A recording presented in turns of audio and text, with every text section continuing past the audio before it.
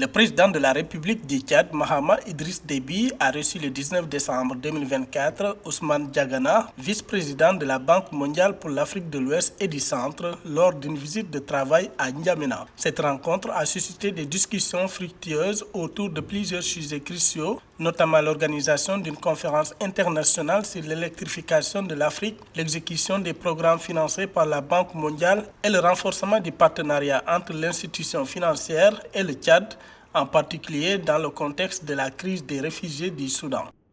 La solidarité internationale, nous avons constaté que le Tchad accueille dans des conditions dignes les réfugiés qui sont venus du Soudan.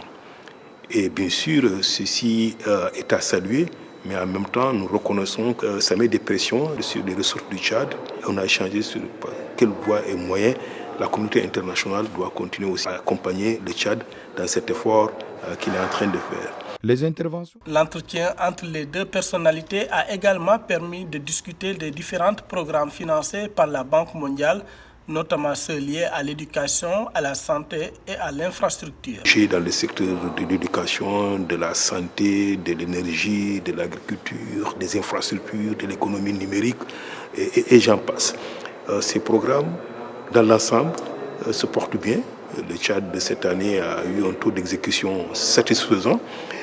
Pour rappel, en juin 2024, la Banque mondiale a validé un financement de 100 millions de dollars provenant de l'Association internationale de développement, IDA, accompagné d'un soutien supplémentaire de 20 millions de dollars provenant des fonds fiduciaires multibailleurs. Ce programme vise à faciliter l'accès aux services sociaux pour les populations défavorisées et vulnérables, y compris les réfugiés, tout en consolidant le système de protection sociale au Tchad.